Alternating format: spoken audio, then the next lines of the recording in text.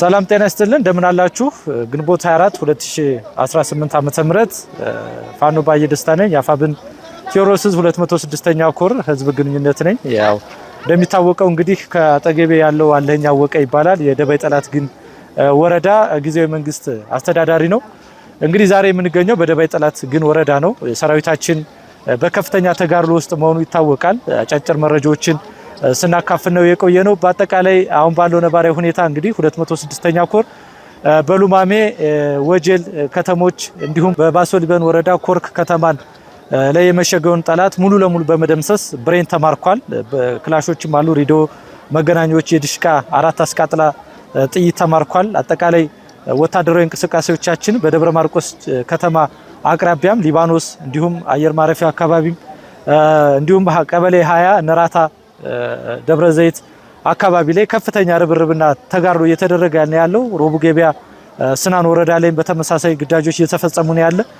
በአጠቃላይ በ206ኛ ኮር ጥቅቅ ያሉ መረጃዎችን ለህዝባችን ይፋ የምናደርግ ይሆናል። በዛሬው ዕለት እንግዲህ ያለው ነባራዊ ሁኔታ በታንክ በመድፍ እንዲሁም በቢኤም የታገዘ ውጊያዎችን እያደረገ ያለ ጠላት ራሱን ለመከላከል የወገን ኃይል ግን በከተሞችም ዙሪያና ከተሞች ላይ በመግባት ከፍተኛ ግዳጅ እየፈጸመ ነው ያለው። የአረመኔው ሰራዊት እንደሚታወቀው የብልጽግና ስርዓት ምርጫ እናደርጋለን የሚል የውሸት ፕሮፓጋንዳውን ጭምርና የተጭበረበረ የኮረጆ ግልበጣም በማድረግ በዚህ ስርዓት እጅግ በጣም ነውር የሆነ በወንበዴውነቱን ሊገልጽ በሚችል መንገድ እየተንቀሳቀሰ ነው ያለው። እኛ በተቆጣጠርንባቸው ቀጠናዎች እንደሚታወቀው እንደ ላብነት የደባይ ጠላት ግን ወረዳን ብናነሳ 25 ቀበሌዎች አሉት። ከ25ቱ ቀበሌዎች ደባይ ጠላት ግን ቁይ ከተማ ላይ ብቻ ያሉት ሁለት ቀበሌዎች ናቸው። ነገር ግን አጠቃላይ በዙሪያ ገጠሩ ላይና እንደዚህ ያሉ ትልልቅ ከተሞችን በመቆጣጠር የደባይ ጠላት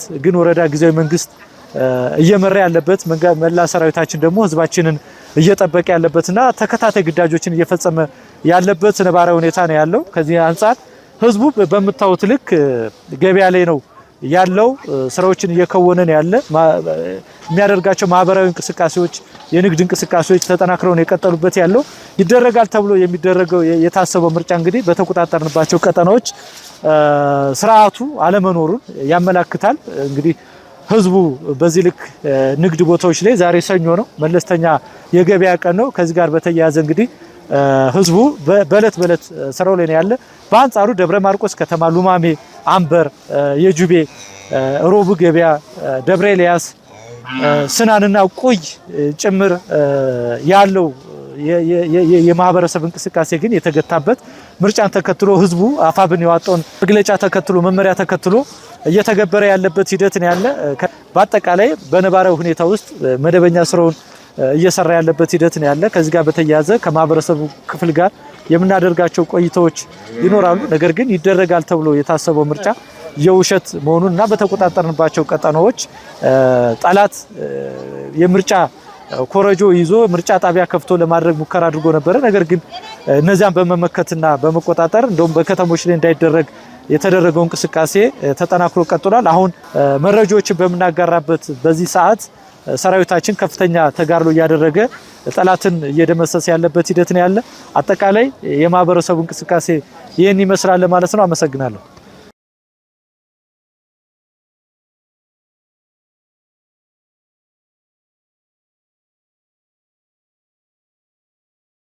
እሺ ሰላም ጤና ይስጥልን እንደምን አላችሁ? ያው ቅድም እንደነበረው ቆይታችን አሁን ከደባይ ጠላት ግን ወረዳ የማህበረሰብ ክፍሎች ጋር በወቅታዊ ጉዳዮች ላይ ምርጫ ተከትሎ ምን ይላሉ የሚለውን የህዝቡን አስተያየት የህዝቡን ድምጽ አጠቃላይ ከተማው ላይ ካለው ነባራዊ ሁኔታ ጋር በተገናኘ በእነሱ በኩል ምላሽ ይሰጡናል። ከነሱ ጋር ቆይታ ይኖረናል።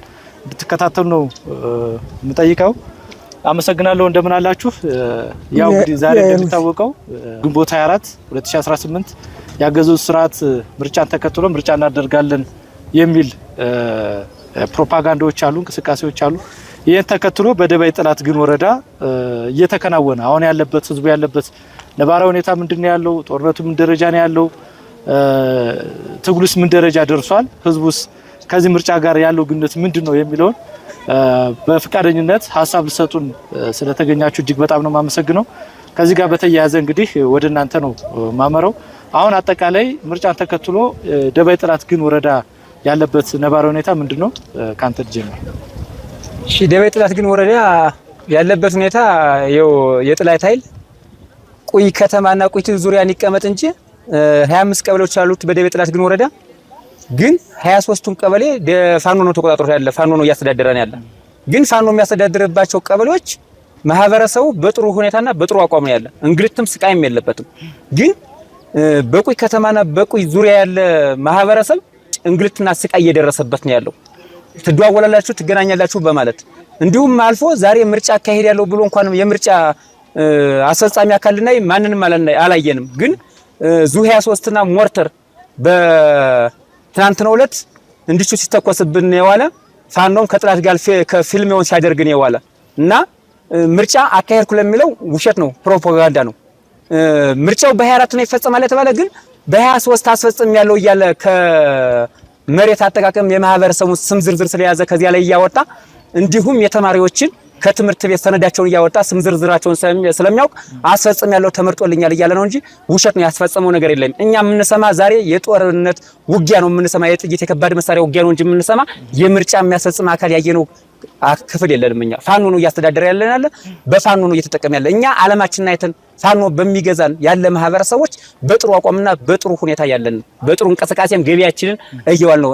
እዚህ ዛሬ ደብረ ኢየሱስ ቀበሌ ላይ ከተማ ላይ ሰኞ ገበያ ነው።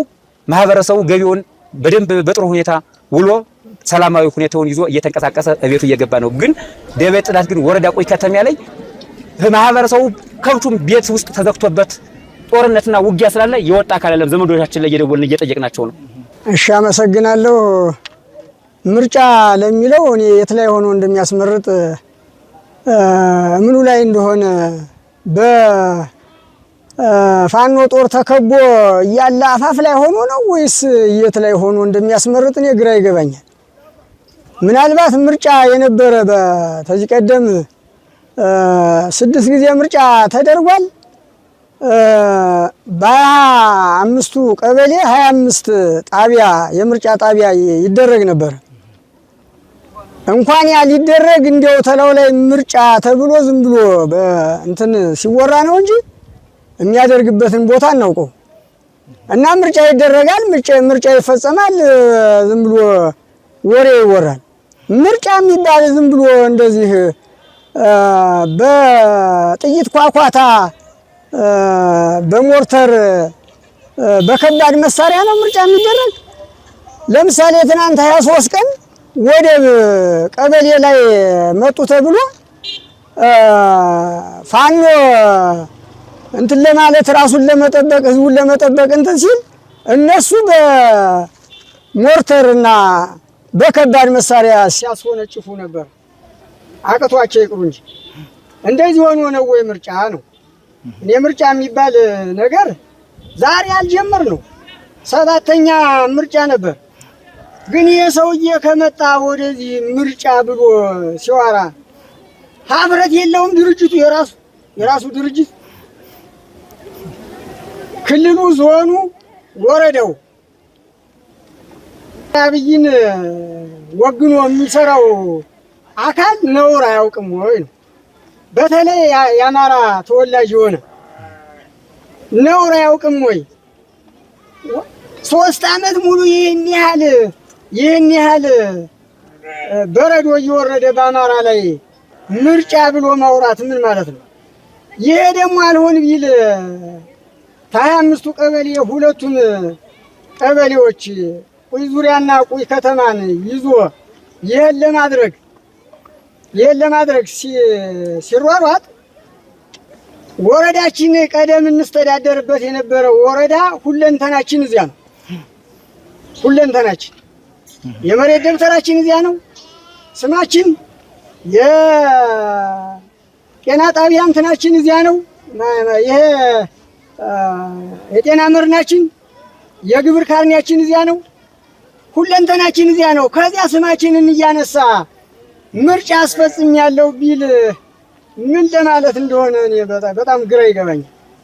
እና ምርጫ የሚባል አልታሰበምም ቢደረግም ይሆናል ብዬ እኔ በግሌም እንደው ይደረጋል ብዬም አላስብም፣ አላምንም፣ አይደረግም። ነገር ግን ዝም ብዬ በዚህ ምክንያት ምርጫ አድርጌ ደግሞ 5 ዓመት ደግሞ እንደገና ላጥፋችሁ ከሆነ የዓለም አቀፉ ማህበረሰብስ ይጠፋሉ ለምን ይጠፋሉ ብሎ አያስብም? እንዴት ነው? እኔ እኮ አሁን ማን እንደሚጠይቀው የበላይ አካሉ ማን እንደሆነ ግራ ግብት ይለኛል። እና ፋኖ ራሱን መስርቶ ህዝቡን አድኖ ይህን ያህል ሲዋጋው ሌላ የዓለም አቀፍ ማህበረሰብ የለንም ማለት ነው። እና እሱን የዓለም አቀፉ ማህበረሰብ ቢያስብልን አማራም እንዳይጠፋ ኢትዮጵያም እንዳትፈርስ ቢያደርግልን ጥሩ ነው እላለሁ። በምርጫ እንትኑ ይህንን ነው። ሌላ በትግሉ ዙሪያ ሶስተኛ ዓመቱን በያዘው ትግል ላይ ንጹሃኖችን ነው ሲያሳልፍ የምናየው። ንጹሃኖችን እኛ ዘንዳ ያለፉት ንጹሃኖች እና አባተ መንግስት ጀሌዎች እነ ይልቃል ፈረደ ጀሌዎች ምንም እንትን የሌላቸው ግንኙነት እዳይ መጥቶ አናታችን ላይ መጥቶ እንዴው እንዴት አድርጎ ነው እንዴው ይሄን መንግስት መግጠምና ማሸነፍ ተመክሮስ መቼም አይሰማ ተነግሮ ማንም እንትን ቢነግረው እና ምን ማድረግ እንደሚቻል የዓለም አቀፉ ማህበረሰብ እውቅና ቢኖርልን እላለሁ። እሺ የምርጫ የሚባለው ለነገሩ ሰው የሚያጠፋ ሰው ነው የሚመረጥ እንጂ ሰው የማይገል ሰው አይመረጥም እንደማለት ያለ ነው። ምክንያቱም የሰውዬ 5 ዓመት ሙሉ አማራ ወጥቶ አይገባ በየመንገዱ እየታፈረ በየመንገዱ እየሞተ 5 ዓመት ሙሉ አማራ ተለይቶ ሲደበደብ ሲሞት ያለ እና አሁን ደግሞ እንዲርገም ደግሞ 5 ዓመት ተመርጦ እንደሆነ ደግሞ 5 ዓመት ሙላውን ይጨርሰው ተብሎ ሊመረጥ ቻለ። እንዲመረጥ ተባለ። ምርጫ ምን ላይ ነው እንደተባለው እኛ ላይ 25 ቀበሌ ነው ወደ ባይጣትን ወረዳ 25 ቀበሌ 2 ቀበሌዎችን ብቻ ወረዳ ያሉበትን ብቻ ባንዳ ያለበትን ብቻ ነው የሚያገለግል። 23 ቀበሌ በፋኖ ነው ያለ። ዛሬ በ24 የነበረው ምርጫ በ24 እንኳን ይመረጥ ዛሬ በ24 አጠቃላይ በከባድ መሳሪያ ነው በየሀገሩ በየቀበሌው እየገባ ሲደበድብ ይዋል እና ዛሬ ተመረጠ ይባላል። ዛሬ እርግጥ የስርቆት ምርጫ ስለሆነ እንደተባለው የመሬት ካርዳችን ፎቶአችን ወረዳ መረደክስ ነው የተማሪው በወረዳ ይማር የነበረ ተማሪ ፎቶ በርዕሰ መምህሮች ላይ በየቦታው በመኖሪያ ቤት ላይ ያለ ያን እያፈሰ እየሰረቀ በስርቆት ምርጫ ሊሆን ይችላል። ግን ይሄ ሰውዬ ምን ሊሰረቅ ታይቶ ነው ይመረጥ የተባለ? 5 ዓመት ሰውን ገሎ ደግሞ ቀሮች ይለቁ ነው አማራ ሞቶ ይለቅ ተብሎ ነው የተይዞት እንጂ እንዴት ምርጫ የስርቆት እንጂ ሁለተኛ ምርጫ አይደለም። ሁለተኛም ደግሞ በ24 የነበረው ምርጫ በ24 ውጊያ ነው ዋለ። ዛሬ በየሀገሩ በደብረ ወርቅ በብቸና በማርቆስ በቁይ አገሩን በእኛ እኮ ዛሬ በሰማ ነው በከባድ መሳሪያ ነው ሲተላለቅ ይዋል። እኔ ምርጫው ያወዶ ምርጫ ነው እንዴ? የግድ ምርጫ ለነሱ ሰው የለም እንደ መጀመሪያ እንደጀመረው 5 ዓመት ገሎታል። ደግሞ እሱ ደግሞ እንጨርሰው ይመረጥ ነው። ይሄ ምርጫ ነው እንዴ? ይሄ ፍትሃዊ ዳኝነት ነው? እንደ ተሰምቶም አይታወቅም። አሁን አጠቃላይ በዛሬው ዕለት ማየው ማህበረሰቡ በስርዓት ንግድ ላይ ነው ያለው። በአንጻሩ ደግሞ ሰራዊቱ በተለያየ ቦታ ላይ ውጊያ ላይ ነው ያለ። እንደሰማችሁት የጁቤም ከፍተኛ ድል አለ። አርማ ብተኖችላ ተማርከዋል፣ ብሬኖች ተማርከዋል፣ ክላሾች እዚህ በቦቅላ ላይ ውጊያ አለ። ከፍተኛ መስዋዕትነት እየተከፈለ ነው። ደብረ ማርቆስም አጠቃላይ በትልልቅ ከተሞች ላይ የወረዳ ህዝብ ወይም በከተማው የሚኖረው ህዝብ በምርጫ ተከትሎ ምርጫን ማህበረሰቡ እንዳይሳተፍ ከዛም ባለፈ የእንቅስቃሴ ገደቡ ሁላ ጭምር ነበር። ከዚህ መንገድ ትራንስፖርት አለ ወይ? እናንተ ላይ የመንገድ እንቅስቃሴ አለ ወይ? አጠቃላይ በዚህ በቀጠናው ላይ የመንገድ እንቅስቃሴ ይስተዋላል ወይ? ህብረተሰቡ በዛሬ በምርጫ ቀን ትልልቅ ከተሞች ላይ እንቅስቃሴ የለም። በአንጻሩ ግን እንደዚህ ያሉ የቀበሌ ከተሞችና ማህበረሰቡ በነቂስ የንግድ ተሳትፎ እያደረገ ነው ያለው። ስለዚህ አጠቃላይ ሚስጥሩ ምንድነው ለማለት ያክል ነው።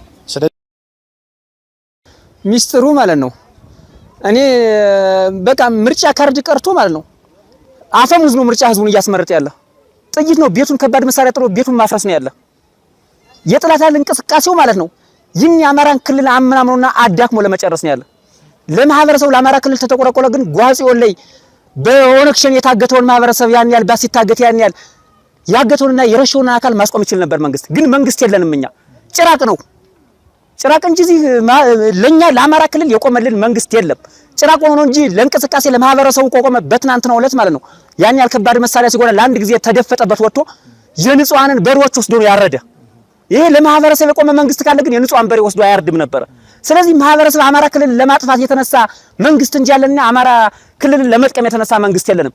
ጥላትም ቢሆን ባለበት እንደ ሾኩላዜው መሽጎ ብቅ ጥልቅ እያለ እየሰረቀ የሰረቃትን ይዞ ይገባል ያርዳል። በግም ሆነ በሬ ይዞ ይወጣና እንዴ ይዟት ሲከተለው ፋኖ ይዞ ይገባል ያችን ያርዳል ይመገባል እንጂ ለማህበረሰቡ የቆመልን ክልል የለም። ማዳበሪያም ቢሆን ማህበረሰቡ እንዲጠቀም ከፈለገ እጥፍ እስከ 16000 ብር 15000 ብር እያወጣ ነው እየዘራ ያለ። ማህበረሰቡ ሊጠቅም አይችልም። የመንግስት ምርጫውንም በስነ ስርዓት እያስመረጠም አይደለም። ስርቆት ነው። እንኳን አሁን ድሮም በስርቆት ይታወቃል፣ በሁሉም ቦታ ይታወቃል። እንኳን አሁን እውነታ ሊናገርና እንኳን አሁን ፋኖ እያስተዳደሩ ያለ እዚያው ከደብቆ የራሱን ፊርማ አሻራ እየወሰደ ነው የሚመርጠው እንጂ ማንም ሊመርጠው አልቻለም። የትኛውም ማህበረሰብ አይደለም።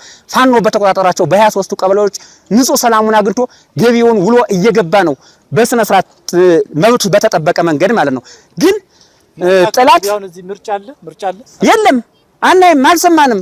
ጥላት እንዲሁም ልንገርህ እንኳን ምርጫ ሊኖር ማለት ነው በ21 ጀምሮ ራሱ የተሽከርካሪ እንቅስቃሴ የለም። ምንም እዚህ ፋኖ ባለበት ብቻ ነው የምንጠቀም እንጂ ጥላት ባለበት እንዲሁም አይሽከረከርም። ራሱ ተሽከርካሪ ቆሟል፣ ታግዷል። ከአማራ የተወከሉት ባዴኖች ነው የምላቸውና አረጋ ከበደን እነ ተመስገን ጥሩነህ ለምሳሌ ምክትል ማለት የዋናው አስቀጣይ ማለት ነበር። እንዳለመታደል ሆኖ የአማራ እሊቶች ናቸው አብረው ያሉ ከሱ ጋር እና እኔ ከሴቷ ከአዳነች አበቤ ያነሱ ናቸው። እነሱ ናቸው አሁን ባህር ዳር ላይ መተው እንወዳደር ይላሉ። ከተወዳደሩስ በትውልድ ሀገራቸው በእነማይ ወረዳ በደብረ ወርቅ አይወዳደሩም ነበር። የክፋት እንትን እኔ ተሞትኩ ሰርዶ አይብቀል እነሱ ተጠገቡ ሌላው አማራ ወገናቸው ቢያልቅ ችግር የለባቸው እና ትልቁን እንትን የሚሰጡት እነዚህ ናቸው። የነዚህ ተከታዮች ደግሞ በዞንም በወረዳም አሉ። አማራ ናቸው፣ የኛ ልጆች ናቸው። ወንድሞቻቸው ነው የሚሞቱ። እዚያ እንኳን ወረዳ ላይ ስንቶች ጓደኞቻቸው ፖሊሶች፣ ምንሾች ሲሰው እያዩ እነሱ አሁንም ለወዳቸው ይሮጣሉ እንጂ የምርጫ እነሱ ብለውት እንደው ቢያንስ ወረዳ ላይ እንደ 10 ይሞላሉ ያሉት። አሁን ይሄንን እንትን መዝገባችን እየዋጡ ኮረጆ የሚሞሉ 10 ይሞላሉ። ቢያርፉ አሁን እነሱ እንደው አማራ ቢሆኑ ምን ነበር ቢያርፉ እና እነዚህ ታማራ ወግነው አማራ ነን ነው በአማራው ተወዳድረው የገቡት ናቸው አማራውን የሚበድሉት። ምናልባት ሰውየውን እንዳጠቃላይ ምን ወቅሰው ዶክተር አብይም አማራ ብቻ አይደለም ትግሬም እንዳይመርጣ አድርጓል ነው የሚሉ ኦሮሞም መግለጫ እየሰጠበት ነው።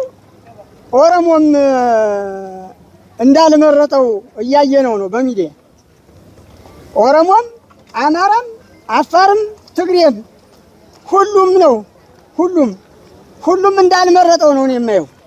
እንኳን እኛ ላይ ፋኖ ባለበት ይቅርና እንኳን እኛ ላይ ደባይ ጥላት ግን 23 ቀበሌ ይቅርና ሁሉም ሀገር አልመረጠውም ነው።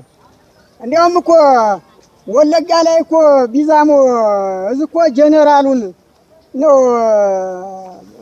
በቁንጮ ያቆመው ፋኖ ጀነራሉን ነጀር ጀረናል አስናቅ አይተ ነው የሚባለው።